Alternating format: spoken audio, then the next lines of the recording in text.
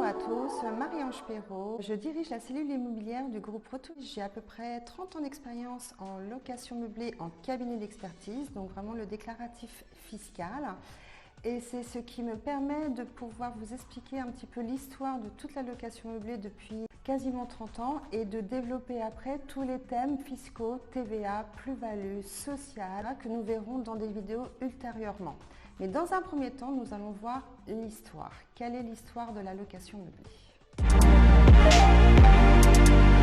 Alors, l'histoire de la location meublée, moi je peux vous le dire à partir de 1992, là où nous avons eu à cette époque-là beaucoup de lois en meublé qui étaient plutôt des défiscaliseurs, c'est-à-dire qu'ils utilisaient l'outil de location meublée, les règles fiscales de la location meublée pour faire de la défiscalisation sans agrément d'État. Donc jusqu'au 1er janvier 2019, toute la clientèle de cette époque investissait dans des montages d'abord étudiants, puis maisons de retraite, dans un but systématiquement de défiscalisation et peut-être un petit peu de développer un patrimoine immobilier en vue d'une succession grâce à des formats SARL. Notre grand tournant, c'est le 1er janvier 2009. La majorité des loueurs meublés étaient professionnels. Pourquoi ils étaient professionnels? C'est parce qu'il y avait simplement deux conditions. Avoir un chiffre d'affaires supérieur à 23 000 € et une inscription d'au moins un membre du foyer fiscal au registre du commerce. Bien sûr, l'administration fiscale en a eu bien assez de toutes ces économies d'impôts. Donc, au 1er janvier 2009, la loi de finances a indiqué une condition supplémentaire, c'est-à-dire qu'en plus des deux premières conditions, il fallait que le chiffre d'affaires soit supérieur aux autres revenus professionnels du foyer fiscal. Et là, c'était fini toutes les économies d'impôts de nos fameux loueurs en meublé professionnels parce qu'au 1er janvier 2009, ils sont devenus loueurs en meublé non professionnels. Et on sait tous qu'un déficit de loueurs en meublé non professionnels ne s'impute pas sur les autres revenus, donc ne génère pas d'économie d'impôts. De 2009, on a vu vraiment la clientèle changer. On a vu que ce sont des propriétaires, pas forcément des gros propriétaires, mais des propriétaires de revenus fonciers qui ont modifié petit à petit leur fiscalité ou leur mode de location plutôt entre la location nue vers de la location meublée et ainsi économiser plutôt un petit peu d'impôts. Ils ne défiscalisaient pas vraiment, mais ils économisaient quand même un petit peu d'impôts. Ensuite, le grand changement a eu lieu quasiment 10 ans après, c'est-à-dire au 1er janvier 2020. Et bien là, à l'inverse, une condition en moins, l'inscription au registre du commerce n'est plus obligatoire pour être professionnel.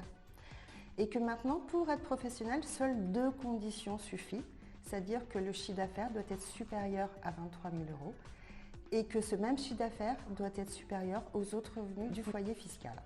Et là, on devient professionnel. Quel est l'impact? Sur ma clientèle, ce que j'ai vu, c'était que l'impact, il était énorme sur les non-résidents.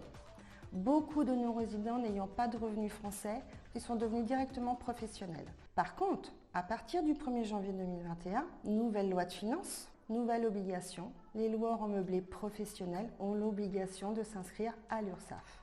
Et donc des cotisations complémentaires, supplémentaires, qui souvent ne servent pas à grand chose parce que nos propriétaires sont déjà couverts par leur régime principal. Ça, c'est la nouvelle règle, la dernière en tout cas que l'on a aujourd'hui, c'est-à-dire le 1er janvier 2021. Voilà un petit peu pour les histoires de la location meublée par rapport aux lois de finances.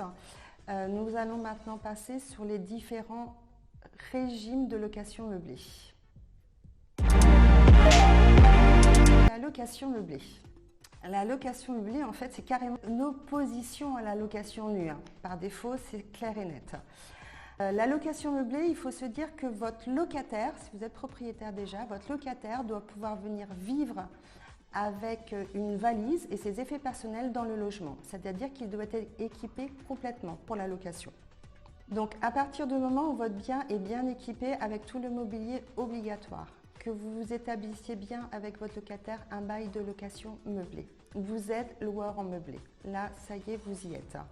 Donc après, bien entendu, il y a différentes formes de location meublée.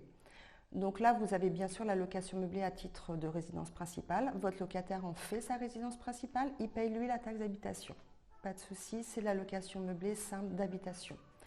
On a aujourd'hui en plus, depuis un certain moment, la location meublée temporaire ou saisonnière en meublé. Et enfin, les différentes formes de location meublée, nous avons la location meublée dite gérée. Donc gérée, ça veut dire qu'il y a une société d'exploitation qui gère pour vous le bien. Et en tant que propriétaire, vous recevez un loyer qui est fixe, quelle que soit l'occupation des biens.